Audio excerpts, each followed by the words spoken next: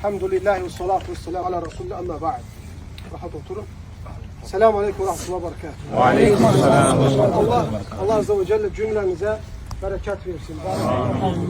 Bakın tövsiye eləmək istediğim meselelerden biri nedir? Bizi çok yerlerde insanlar başa düşe bilmirlər. Tarih boyudur 20 illərdir ki bazı şeyleri davamlı şekilde en dürüst ve en sağlam cemaatlara sıramağa çalışırlar. Mesela fikir verirsiniz mi? İller boydu bizleri cürbəcür vəsflərlə vəsfləndirməyə çalıştılar, gözdən salmağa çalıştılar.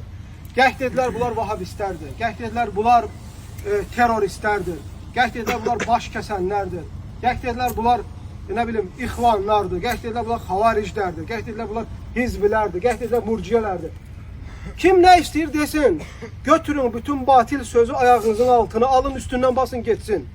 Lorucu bir misal diyeceğim, it hürər, karvan keçər qardaşlar. Biz elhamdülillah ne vahabist deyilik, ne terörist deyilik, ne xavaric deyilik, ne ixvan deyilik, ne hizbi deyilik, ne murciye deyilik. Biz ehli sünne vel cemaat. Bizim önderimiz mütlak şekilde Muhammed sallallahu aleyhi ve sellem'dir. Ve onun sahabelerinin yoluyla gedirik. Onun ehli beytinin yoluyla gedirik.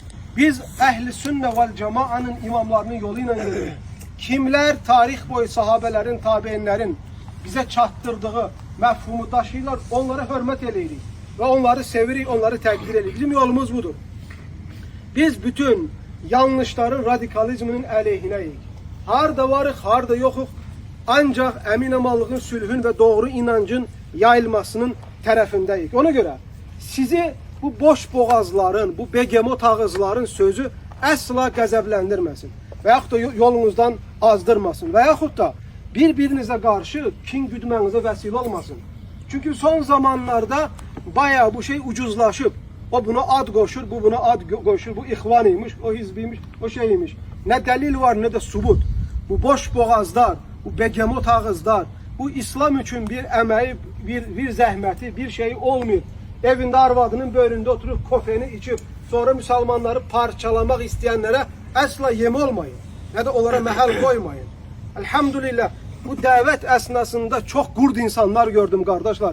Bakın sizleri, bu kardeşleri parçalamak isteyen, yoldan çıkartmak isteyen ve birçokları başa düşmür ki belə ölkelerde, belə coğrafyalarda insanların sabit kalmasına vesile olmak, insanları təhsiliyle məşğul olmak, təlimiyle məşğul olmak, cemaati korumağa çalışmak, kardeşliği korumağa çalışmak ne kadar çətindir.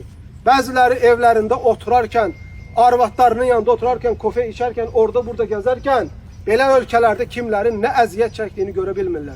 Ama neyse xatırına bazen kıskançlık, bazen kin, bazen həsəd, bazen paxıllıq, bazen de kimlerin ise zakazıyla devamlı belə ürək bulandırası sözler yaymağa çalışırlar.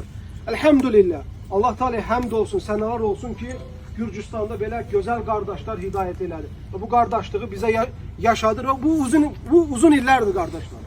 Ona göre bu qardaşlığı koruyun. Gittiğiniz yolun değerini bilin. Həmçinin yaşadığımız bu ülkedeki bu emin amanlığı görün kardeşler. Bu emin amanlığı görün. Bu kardeşliği görün. Bunu həmişə qədrini, qiymətini möhkəm sarın. Allah Teala bizi dindən imandan ayırmasın. Amin. Kardeşlikten ayırmasın. Amin. Allah bizi bu doğru yoldan ayırmasın. Amin. Müslüman olarak yaşatsın, Müslüman olarak huzuruna qovuşmağı nəsib eləsin. Amin. Bizləri Muhammed sallallahu aleyhi ve sellemle həşr eyləsin. Amin. Xəlifələrlə həşr eyləsin. Amin. Həşr eyləsin. Amin. Esselamu aleyküm ve rahmetullah.